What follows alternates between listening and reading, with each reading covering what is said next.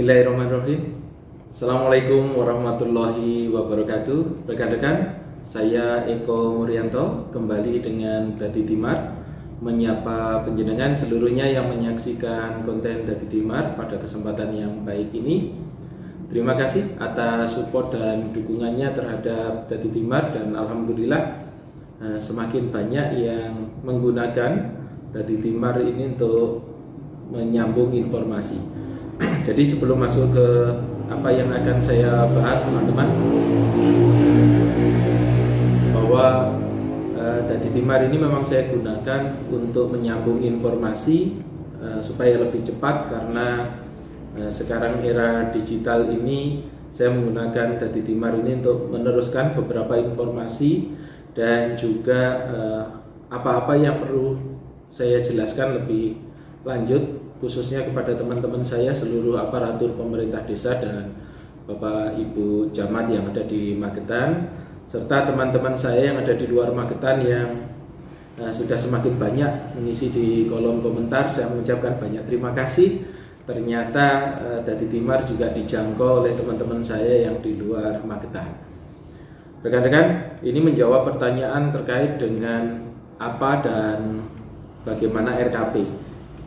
Jadi untuk penyusunan RKP ini akhir-akhir ini banyak sekali pertanyaan, pengen implementasi langsungnya seperti apa saja yang harus dianggarkan gitu. Nah, pada kesempatan ini untuk RKP 2023 apa-apa saja yang seharusnya masuk, nanti penjenengan bisa menambah tentunya, karena ini saya ambil garis besarnya saja supaya penjenengan lebih cepat dalam berproses. RKP ini isinya nanti di 2023 yang harus kita susun di kurun waktu ini sudah bulan Agustus, walaupun teman-teman seluruhnya sibuk dengan kegiatan serangkaian kegiatan hari ulang tahun kemerdekaan. Ini saya akan sampaikan inti-intinya, dan nanti inilah paling tidak yang harus ada di RKP 2023 yang kita susun sekarang. Yang pertama adalah tentunya adalah skala prioritas penggunaan dana desa. Masih sama seperti penggunaan skala prioritas dana desa yang kemarin. Ini izin mengulang lagi. Yang pertama adalah untuk pemulihan ekonomi nasional sesuai dengan kewenangan skala desa. Ini saya prolog dulu supaya teman-teman melompat-lompat gitu. Intinya dalam penyusunan RKP tetap merujuk ke aturan yang lebih tinggi. Yang pertama yang harus masuk tentunya adalah tentang pembentukan BUMDes dan penyertaan modal BUMDes. Kalau di Magetan ini sudah ada kegiatan transformasi DBM, dana bergulir masyarakat ex PNPM, yang sudah diakhiri 2014 yang lalu. Ini ditransformasi menjadi BUMDesma sebagaimana ketentuan peraturan perundangan yang berlaku. Nah, ini masing-masing desa di dalam RKP-nya menganggarkan penyertaan modal. Kemarin kita sepakati seluruhnya adalah 5 juta. Ini yang untuk penyertaan modal di BUMDesma. Nah, di dalamnya kalau desa penjenengan akan ada penyertaan modal untuk BUMDes sendiri, maka silakan itu dimasukkan. Kemudian kegiatan yang selanjutnya adalah pembangunan dan pengembangan usaha ekonomi produktif ya. Untuk menunjang BUMDes itu silakan, kalau teman-teman itu ada kegiatan pembangunan fisik. Kalau dalam atur pembangunan fisik itu artinya kayak jalan jalan penghubung, jalan usaha tani. Itu kalau penjenengan sudah berencana akan membuat di 2023, masukkan dulu. Ya, masukkan dulu, perkara nanti eksekusinya nanti. Tapi yang pertama tadi ya, kisi-kisinya saya sampaikan, kisi-kisi penyusunan penyusunan RKP Des ini. Yang pertama adalah penyertaan modal untuk BUMDes desa dan BUMDesma yang ex PNPM. Yang kedua, nanti ketika penjenengan di desanya ada pembangunan fisik, masukkan. Nah, yang ketiga untuk prioritas pembangunan nasional sesuai kewenangan desa. Di sana ada beberapa ya, ada beberapa teman-teman. Ini terkait dengan pendataan potensi desa. Kita lebih familiar dengan SDGs desa. Silakan itu dimasukkan.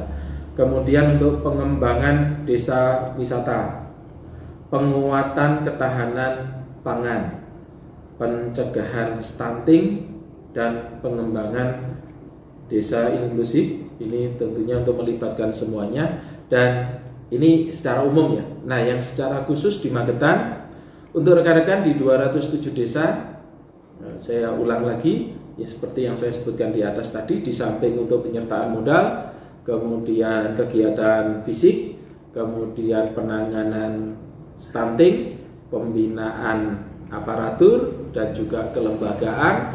Kemudian kita punya program yang rencana akan kita sebarkan di 207 desa, yaitu dengan adanya Jackmill.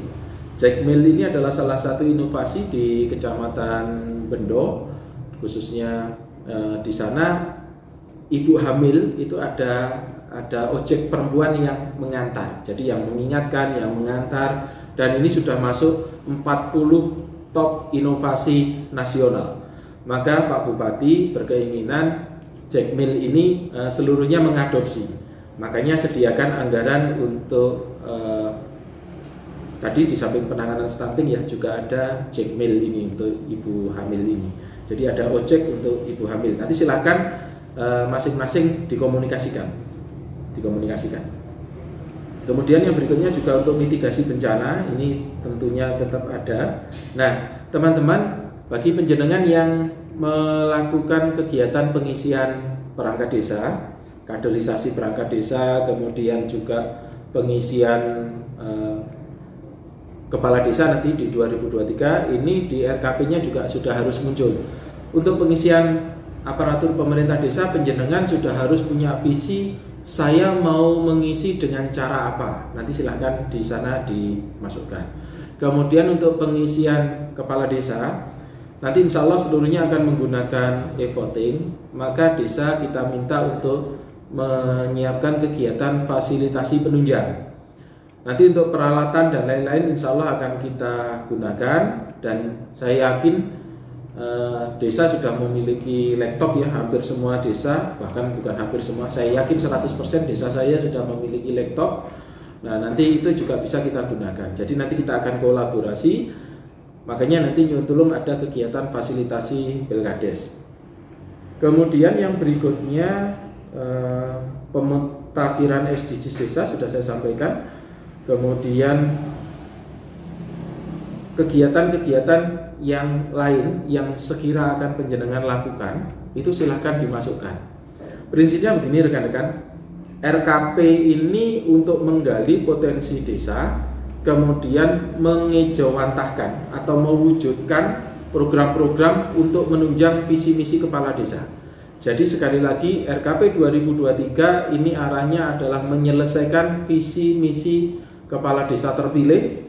Untuk itu secara teknis penyusunan RKP seperti konten yang sudah saya sampaikan itu, silakan itu dicermati kembali.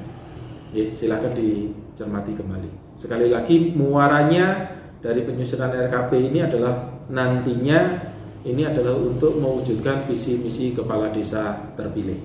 Nah, terkait dengan itu, RKP ini bukan sesuatu yang tidak bisa dirubah begitu ya. Nanti dalam perjalanannya yang namanya perencanaan terkadang tidak sesuai dengan kenyataannya.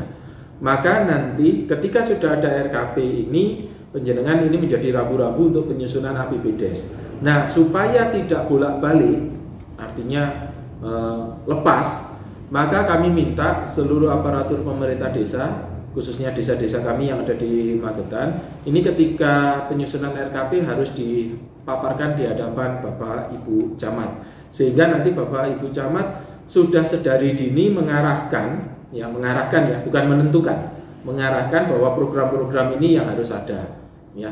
Sekali lagi, sesuai dengan kebutuhan dan sesuai dengan apa yang akan penjenengan lakukan di tahun yang akan datang. Nanti insya Allah dalam waktu dekat juga kita akan buatkan, sambil menunggu kebijakan dari pemerintah pusat, tentunya kita akan buatkan penyesuaian-penyesuaian di dalamnya. Tetapi RKP ini harus dibuat ya, RKP ini harus dibuat, bentuknya nanti berupa perdes. Karena kemarin sudah saya kupas tentang RKP, silakan panjenengan review konten Dadi Timar sebelumnya. Jadi saya ingatkan ya, yang pertama tadi ada beberapa ya program prioritas penggunaan dana desa, kemudian muatan lokal di kita, muatan lokal begitu saja biar mudah, itu ada penanganan stunting yang harus terintegrasi, kemudian ada Jackmil, ojek ibu hamil, kemudian menyesuaikan sesuai dengan kebutuhan panjenengan. Kalau ada pembinaan, pengisian aparatur pemerintah desa silakan dianggarkan, pembangunan fisik, kemudian informasi bantuan silakan dimasukkan dulu. Kemudian yang berikutnya, yang terakhir adalah kesinambungan program muaranya untuk mencapai visi misi kepala desa terpilih. Demikian beberapa hal yang dapat saya sampaikan. Terima kasih, kurang lebihnya mohon maaf karena saya dibatasi oleh waktu. Nanti akan saya sambung lagi di konten Dadi Timar selanjutnya, dan pertanyaan-pertanyaan akan saya jawab lewat konten Dadi Timar. Silakan panjenengan kalau ingin tahu dan berkomentar silakan tulis di kolom komentar, nanti insya Allah pasti saya baca dan sedapat mungkin dan secepatnya akan kita berikan penjelasan lebih lanjut. Terima kasih, matur nuwun, nyuwun pangapunten. Sampai ketemu lagi dengan saya Eko Muryanto di konten Dadi Timar selanjutnya. Matur nuwun. Assalamualaikum warahmatullahi wabarakatuh.